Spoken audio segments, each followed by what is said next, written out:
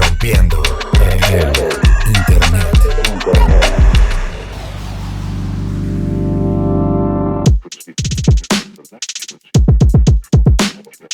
Bienvenidas, bienvenidos, bienvenides a una nueva entrega de Rompiendo el Internet, el podcast de Audiocentro donde platicamos con personas muy creativas que sí entienden, a diferencia del resto de los mortales, cómo funciona Internet. Hoy presento con mucho gusto a Wookie Williams, un creador de contenido que ha sabido convertir sus pasatiempos favoritos en conversaciones e historias que han encontrado un nicho muy acogedor en la supercarretera de la información. Tiene un podcast de básquet con Evaristo Corona, Boom Shakalá, un podcast de viajes con Plaqueta, miviajecito.com, participa en El Hype, un podcast de cultura pop, hace contenido para una plataforma multinacional de streaming, es la estrella de las stories culinarias de Plaqueta y básicamente vive de escribir cosas creativas y hablar de lo que le late.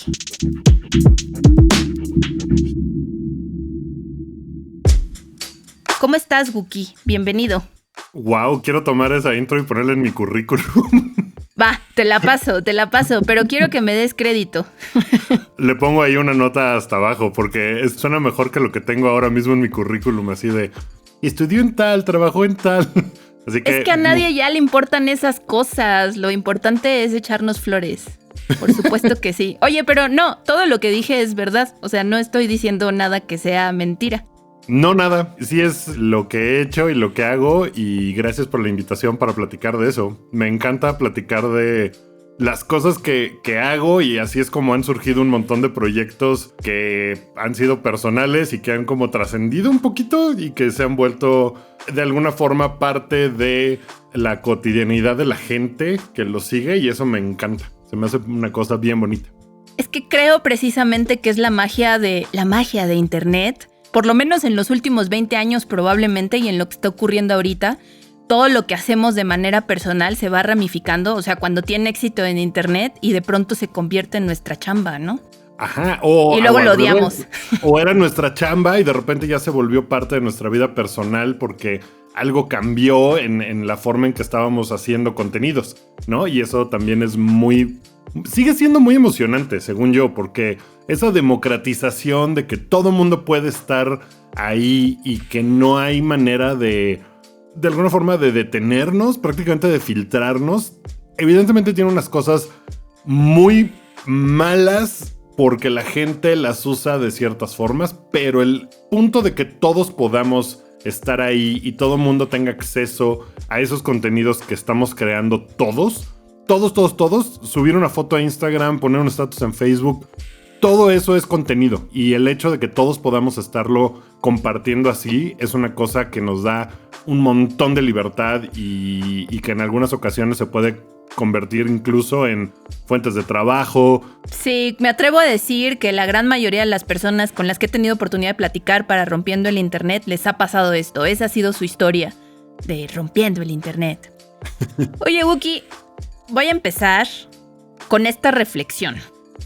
Hombre de la generación X que inició su carrera en el mundo editorial impreso, de escribir la historia y mandarla a un editor y que la revise y que luego se imprima en papel. ¿Cómo le agarraste la onda a Internet? Porque yo, por ejemplo, no he podido.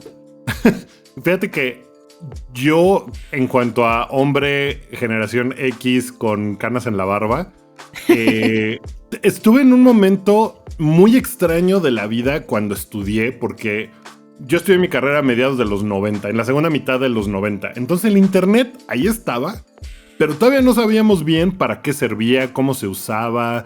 La gente básicamente era para buscar letras de canciones que no venían en los booklets de los CDs, es, ¿no? Verdad, o sea, esas cosas verdad. Era para lo que usábamos el internet. Entonces, cuando yo estudié, todas las cosas que me tocaron todavía eran muy analógicas.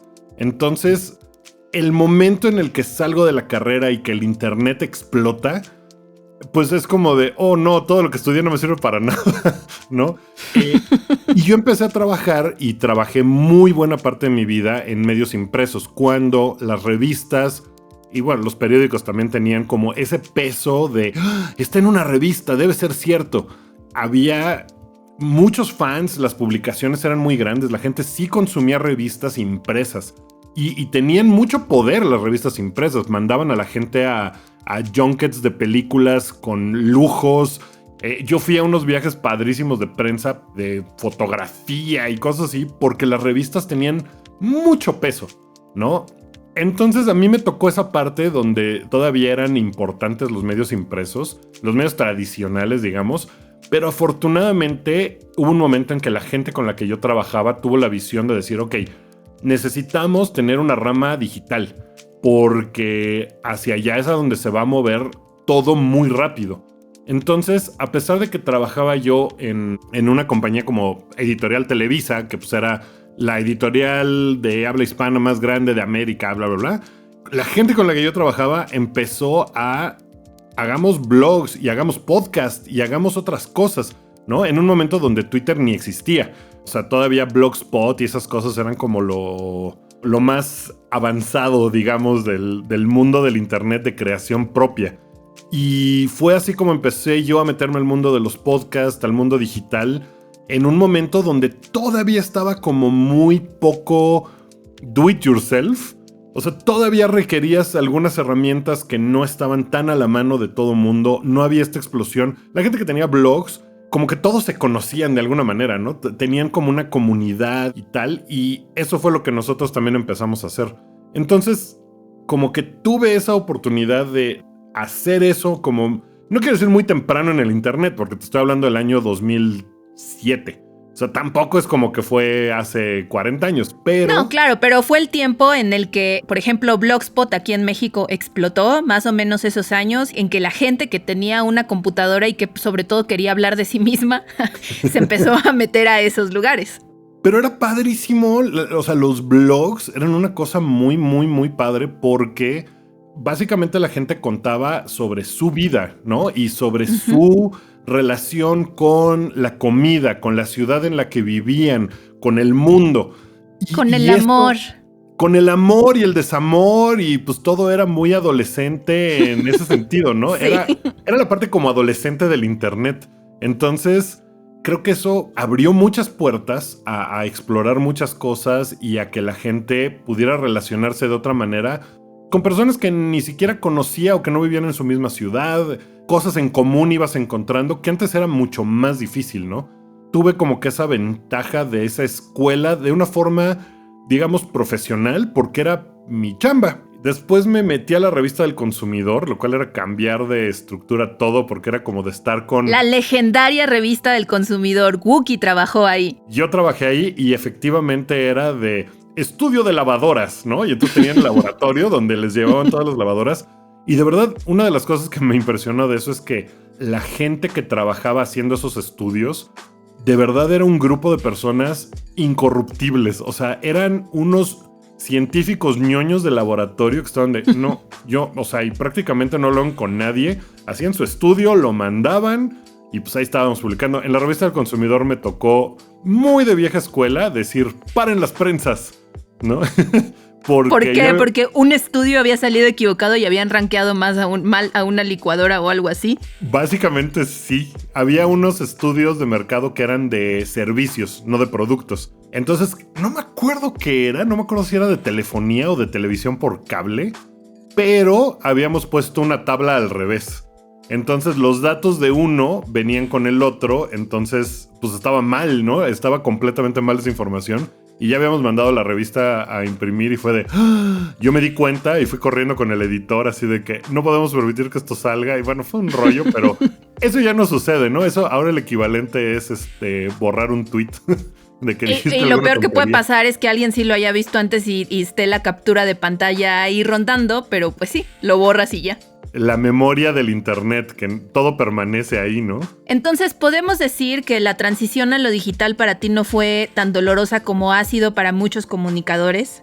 Que sí añoran las viejas épocas, ¿no? De los impresos, de ese ritmo de trabajo, porque además hay que decir que internet es mucho más esclavizante.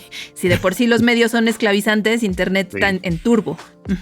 Sí, creo que uno de los asuntos que me hace añorar esa época es que pues el internet es mucho más brutal en el sentido de que todo el tiempo es mírame, ¿no? Entonces necesitas hacer cosas para que la gente le dé clic a tu contenido y eso se traduce en horrores, ¿no? En poner cualquier cosa para que, o sea, los medios incluso, pues no me refiero a la gente. Los medios y el clickbait y las fake news y cosas así escandalosísimas, horribles. Eso es horrible. Eso pues antes como que había una relación diferente entre los medios y la audiencia, siento yo. Pero sí, en la revista El Consumidor también empezamos a hacer cosas como de... creo que fue el primer canal oficial en YouTube de un medio... bueno, más bien de una rama del gobierno mexicano. Creo que antes de la revista El Consumidor nadie tenía canal de YouTube oficial.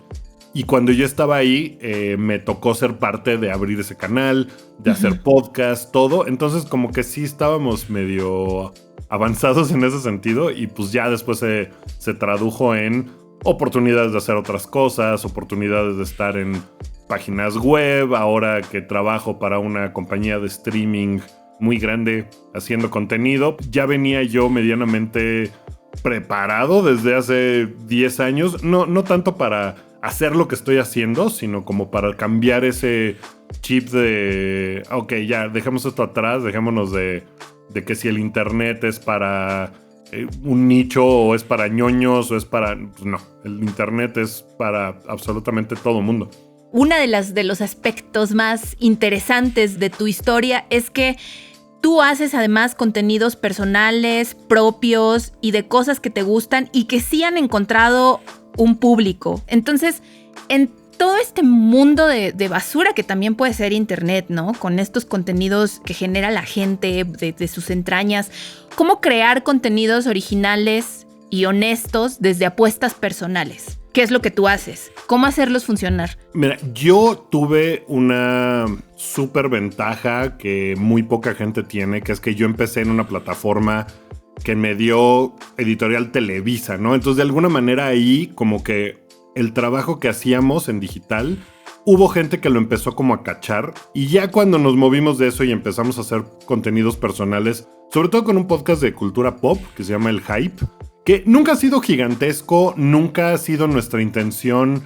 Digo, a lo mejor en algún punto lo pensábamos como de, ay, se imaginan tener 2 millones de suscriptores, vivir de esto, el sueño. La verdad es que eso lo logra muy poquita gente, ¿no? O sea, tener esa clase de público, necesitas tener unas condiciones particulares y una red de apoyo muy grande, y que eso a lo mejor compromete a veces tu propio contenido. Como que nuestra intención nunca fue eso, y el podcast que empezó en 2013 sigue andando, ¿no? Tiene ya va casi a cumplir 400 capítulos. Incluso yo ya no estoy en ese podcast de forma regular porque la vida ya no me daba, pero el podcast siguió. Más allá de mí, que yo fui el que como que pensó en el nombre y en la idea y juntó a ciertas personas para que hiciéramos ese podcast, que era algo que ya hacíamos, y creo que eso es parte como del secreto. Nos juntábamos a hablar de las películas que habíamos visto, de las series que habíamos visto, y pues estábamos pendejeando 2 horas hablando de que si Marvel y que si no sé qué y que si la nueva de Star Wars que va a salir. Y fue como de, ¿por qué no nos juntamos? Hacemos un podcast. Tenemos ya de alguna manera cierto público que nos conocía de antes, de lo que hacíamos en revistas y de lo que hacíamos también en internet para eso. Y esa fue como que lo que nos ayudó a lanzarlo y tener algo de éxito. Y lo que también ha estado bien padre de eso es que ha crecido a otras cosas. Ahora ya hay un podcast como ramificado del que hacemos, del Hype, que es La Hype, ¿no? Entonces son 4 chicas que hacen una vez cada 15 días, se juntan a hablar de cultura pop. Entonces es también como la hermana del otro podcast y está bien padre. Y a partir de eso hicimos un Patreon, que pues es una cosa también que es, digo, no nueva, pero hacer contenidos en internet y cobrar, no cobrar, pero como que crear una comunidad que está dispuesta a decir, ok, me gusta el contenido que hace esta persona, estoy dispuesto a pagar una cierta cantidad por ese contenido, ¿no? Y eso pues ha sido padrísimo porque se ha creado una comunidad ahí como chiquita más padre. Y yo creo que es una cosa que hay mucha gente que está explorando en Patreon, en OnlyFans, ¿no? O sea, que pues hay morras que hacen contenido en OnlyFans de cosplay o contenido un poco más explícito. O sea, todo eso me parece a mí increíble que puedas, tú como creador de contenido, cuando hay gente que está dispuesto a consumir lo que haces a un precio, porque pues también un problema del internet es que todo lo queremos gratis, ¿no? Sí. Todo, porque todo lo tenemos ahí gratis. Puedes torrentar una película, puedes no sé qué. Entonces, y porque así ha sido desde que existe. Que es un poco la intención de internet, ¿no? Como de verdad democratizar al mundo. Entonces, eso creo que hace una comunidad muy padre de gente que tiene como los mismos intereses que tú. El otro podcast que hago ha estado un poco intermitente. Bueno, uno de los otros podcasts que hago es uno de básquetbol, que también empezó como de... Estaba yo en casa de Evaristo Corona, el Golfo, hace años también, y estábamos en la sala viendo un partido de básquetbol. Una de las cosas que más nos gusta a los dos, ¿no? Ver básquetbol. Y estábamos discutiendo y de que si quién es mejor y qué jugador, no sé qué. Y otro amigo ruso nos dijo, ¿por qué no se graban y hacen un podcast de esto? Y así fue como surgió Boom Shakalaka de una conversación que estábamos teniendo en la vida, ¿no? Y creo que eso es un poco como lo que decías de cómo hacer cosas honestas y todo. Nosotros no estábamos buscando ni fama, ni fortuna, ni nada por el estilo. Fue una cosa muy... choca la palabra orgánica, pero pues era una cosa que ya estábamos haciendo, sentados platicando al respecto, y que de pronto fue algo que se dio y era una buena idea. Grabémonos, platiquemos de esto, veamos si hay más gente allá afuera que tiene este interés en común con nosotros y que podamos charlar con ellos, y entonces abrimos un Discord y estábamos como muy en contacto con la gente. La verdad es que ese podcast, te puedo decir que jamás me generó un peso, ¿no? Porque nunca fue la intención hacer dinero con ese podcast. Y además me ha dado la oportunidad, por ejemplo, de ir a partidos de básquetbol como prensa. Porque pues sí es de alguna forma prensa, ¿no? Entonces he ido a varios juegos. Tenemos una relación bien padre con la NBA de México. Entonces, como no hay podcast de básquetbol más que el nuestro y otro por ahí de Diego Sanasi y Diego Alfaro, que también lo hacen muy distinto a nosotros, pero también les gusta mucho. Entonces decidieron ellos hacer su podcast de básquet. Son podcasts hasta amigos, diría yo, y no hay más, ¿no? No hay más contenido de eso. Entonces la gente que quería ese contenido pues nos encontró, y afortunadamente les gusta lo que hacemos y es bien divertido, y me ha dado unas satisfacciones muy grandes, más allá de no haberme dado dinero nunca, pero nunca fue lo que busqué. O sea, no buscábamos eso, y creo que eso es como parte de por qué se siente de alguna forma como natural, ¿no? Y lo entiendo, y además lo traslado, digamos que al ser humano común, al usuario de redes sociales común que genera sus propios contenidos, y entonces habrá algún público, habrán las 3 personas, las 50 personas tal vez que quieran escuchar, quieran leer lo que esta persona dice. Pero de todos modos hay algo que hace consumibles, digamos, a algunas personas y a otras no. Qué feo se escucha, ¿no? Así, maldito capitalismo. Somos nosotros nuestro propio producto, nos vendemos. Pero sí, o sea, hacemos nuestros propios contenidos. ¿Qué nos hace consumibles? O sea, ¿qué ha hecho? ¿Qué crees que ha hecho? Que te ha hecho a ti consumible, ¿no? Que la gente sí te escucha, que la gente busca tu opinión y la gente te tiene como en alta estima, digamos. ¿Te acuerdas cuando estaba todo el rollo de los tweet stars hace, híjole, ¿qué será? 10 años, y que la gente ponía un tweet y luego lo borraba para que su ranking no bajara, y había esta cosa del cloud y Sí. te metías para ver qué? Pues, Y te como metías que a ver a Fabstar para ver cuántos Fabs tenía tu tweet. Exacto, y tenías como la cosa del el friend or follow, a ver si me sigue o Sí, no. sí, sí. O sea, como que en ese momento, y también pasaba mucho en YouTube, como que mucha gente trató de construir como que una imagen y tal vez no de forma forzada, pero sí le echaban muchas ganas en construir una imagen de algo. Digo, yo por lo menos en mi caso en específico nunca he buscado eso. Soy lo que soy y ya. Creo que buena parte de por qué ha habido gente que me sigue o no sé, que sí considera lo que tengo que decir, por lo menos en ciertas cosas relevante, es porque nunca he tratado de ser algo que no soy. ni siquiera es como que trato de ser auténtico, ¿sabes? Pues no, o sea, en realidad es como digo lo que pienso y hago lo que me gusta, y eso creo que de alguna forma con algunas personas resuena. Porque te digo, si me pidieran hacer así un podcast de política o un programa, no sé lo suficiente, ni es una cosa que me haya interesado históricamente como para decir, sí, claro, ahora voy a hacer un podcast de política porque ahí es donde está el dinero. Y pues no, yo sé que el capitalismo nos abruma y nos pone un pie encima, y entonces tomamos decisiones que nos llevan a hacer cosas que no nos gustan tanto. Pero pues creo que... Como trabajar. No es verdad. Como trabajar, por ejemplo. Como tener que estar en un horario de oficina, maldita sea. No es cierto. Pero sí es cierto. Por ejemplo, creo que una de las cosas también es cuando de verdad te gusta lo que estás haciendo, creo que la gente lo nota, ¿no? Entonces, en el otro podcast que tengo, que es de viajes, que hago con Plaqueta, con quien he tenido la asombrosa fortuna de viajar mucho. Hemos podido viajar mucho, entonces ha sido algo que siempre nos ha gustado compartir, no con un afán de, ay, mira mis fotos en París, ¿no? Sino disfrutamos mucho viajar, ir a lugares que a lo mejor no son a los que los turistas van, y eso nos encanta. Y eso, compartirlo, también siempre nos ha gustado muchísimo. Y de verdad hay cosas para todo mundo en el amplio universo del internet. Tengo un amigo, Iván Mallorquín, que se juntaba con sus amigos a jugar Uno.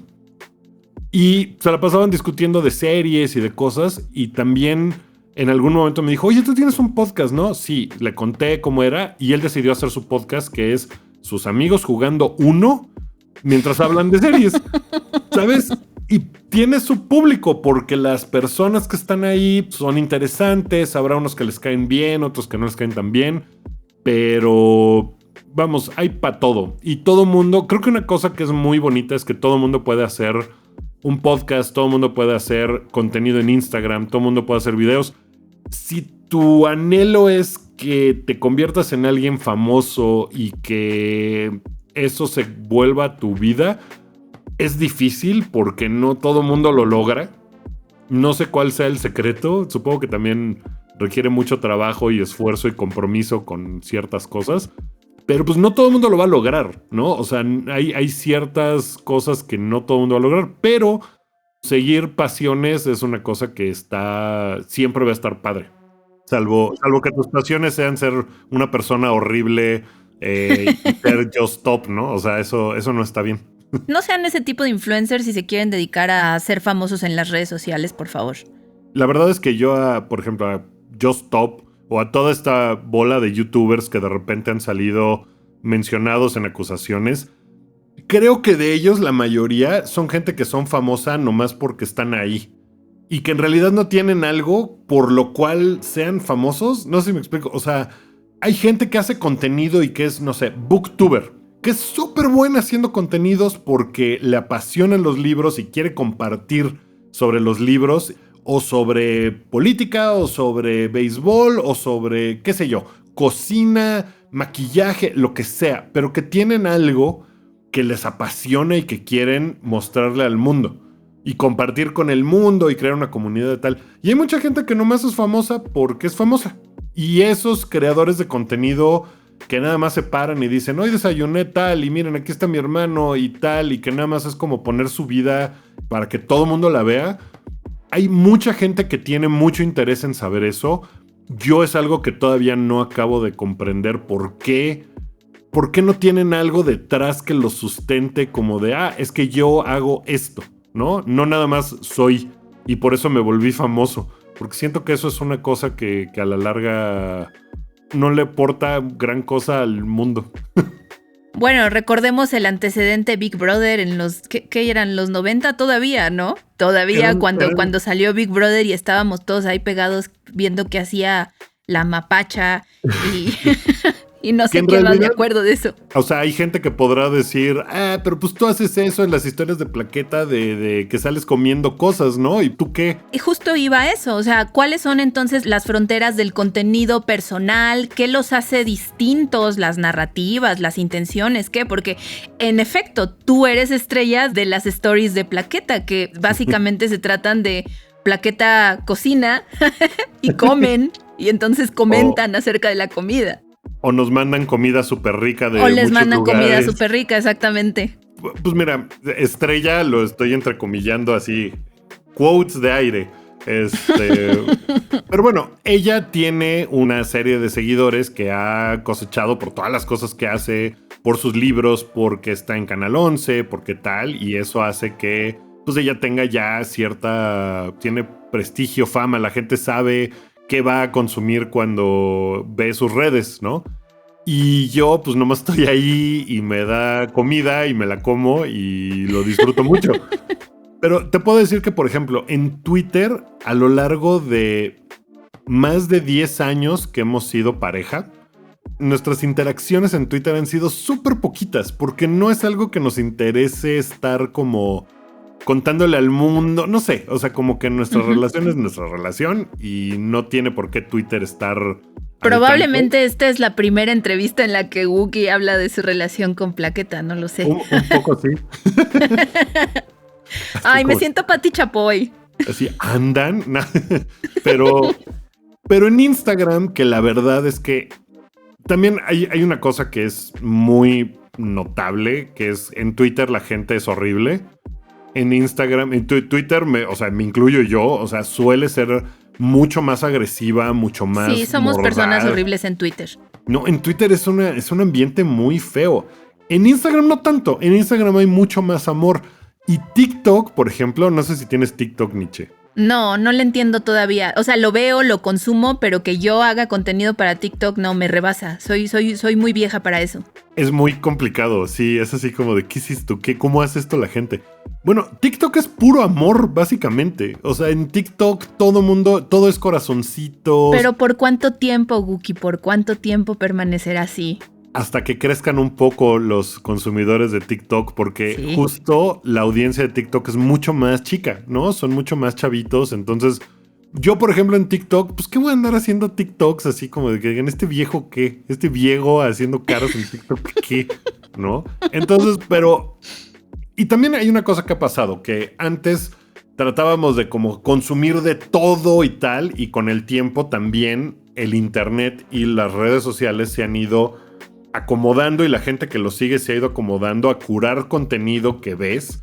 Entonces, la gente que sigue contenido que odia en redes me parece una tontería. Dejen de seguir gente que odian, que no les aporta nada, que nomás les hace hacer corajes. Ya, déjenlos ir, ¿no? Esos tiempos de Twitter de hace unos 4 años, ya déjenlo ir. Curen, limpien sus líneas de tiempo, borren gente tóxica. Antes teníamos esta idea, yo tenía mucho esta idea de que, bueno, es que no puedo estar en una burbuja. No puedo nada más ver lo que a mí me interesa y lo que a mí me gusta, porque entonces me pierdo otra parte del mundo que tal vez sea importante. A estas alturas de mi vida pienso, no, el mundo afuera sí es horrible, no tiene por qué ser horrible en mi teléfono también. Exacto. Entonces lo tengo muy curado de prácticamente no me tocan ver cosas así, ¿sabes? De gente que me tira odio. Antes también era de que, ¿cómo voy a bloquear a esta persona? Y pues es como de, no, pues mira, si me vas a venir a mi cuenta de Twitter a criticar de forma terriblemente grosera lo que yo pienso y lo que yo estoy publicando, pues bye. No, o sea, no tengo ninguna responsabilidad de seguirte, de hacerte caso, de nada. Block, bye. Eso creo que ha hecho también que las redes de la gente se vayan curando de verdad de contenido que sí que te gusta, que te hace sentir bien. Y pues también creo que eso es un poco cuando Plaqueta me graba comiendo algo que estoy disfrutando y se nota. Creo que algo le transmite a la gente como de, ¡ay, qué bien!, ¿no? Está rico, se me antojó, yo también querría estar disfrutando ese panquecito. Así. Creo que hasta ahí llega, hasta ahí se extiende nuestra vida en la casa y pues lo demás son gatitos y tal. en el podcast de viajes, pues sí contamos más cosas. Que por cierto, se llama miviajecito.com y lo pueden encontrar en las plataformas de Spotify, en Apple Podcast, en Deezer. Es bien fácil subir podcast al internet y eso es bien bonito, porque hace 10 años, ¿no? Era súper complicado y tal, y ahorita es así como de, sí, publicar, quiero, sí, y ya le picas y ya todo sale muy bonito. Entonces, la verdad, creo que me desvío un poco de la pregunta de dónde estaba la línea, pero creo que la misma línea que aplica para lo que tú consumes, aplica para lo que tú publicas en el mundo y que quieres que el mundo vea. La verdad, yo nunca he sido de... O sea, sí de repente me da por mentar madres de algo. Así como de que, esta película la odié. O la 4T me ha defraudado de formas insospechadas que nunca imaginé que iban a suceder. Y que me pongo alguna cosa. Sí, yo sé. Y que pongo alguna cosa en Twitter y que en un año que me manden a mí de... Agregado Cultural España, me sacarán pantallazos y dirán, hipócrita, malparido. No, caray, por andar hablando mal de la 4T.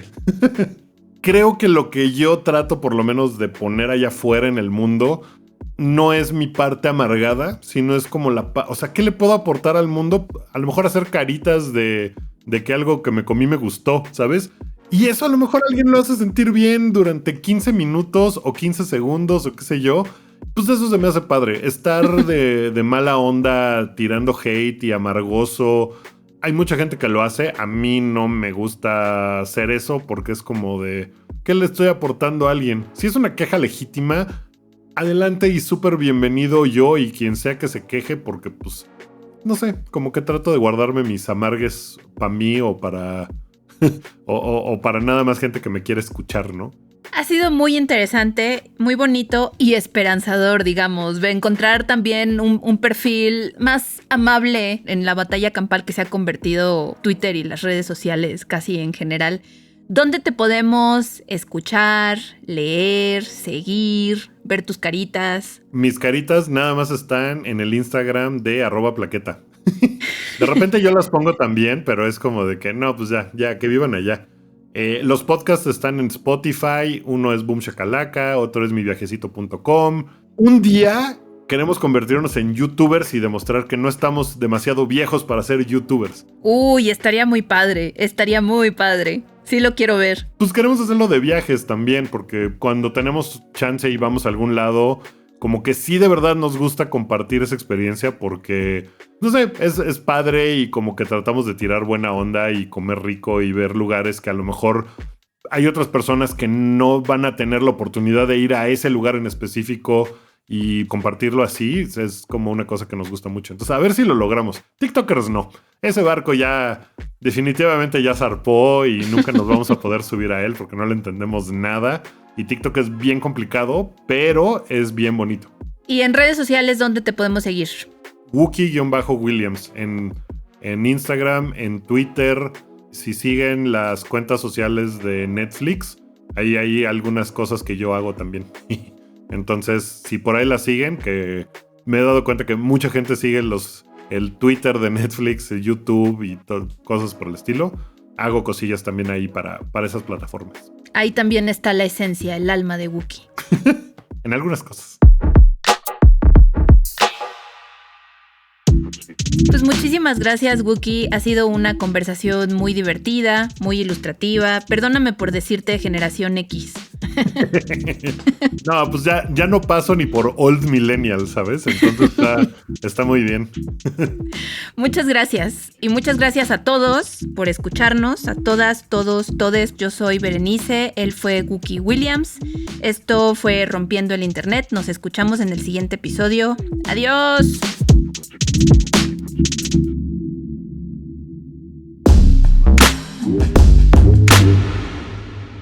¿Te gustaría escuchar algún personaje en particular? ¿Nos quieres mandar tus comentarios? Recuerda que puedes escribirnos a audiocentro@radiocentro.com y dejarnos dudas, sugerencias y piensos en general. Gracias por escucharnos. Rompiendo el Internet es una producción de Audiocentro. Yo soy Berenice Andrade, la edición de audio estuvo a cargo de Juan Bernardo Cantú, con la producción ejecutiva de Javier Martret y Luisa Cantú. Rompiendo el Internet. Audiocentro.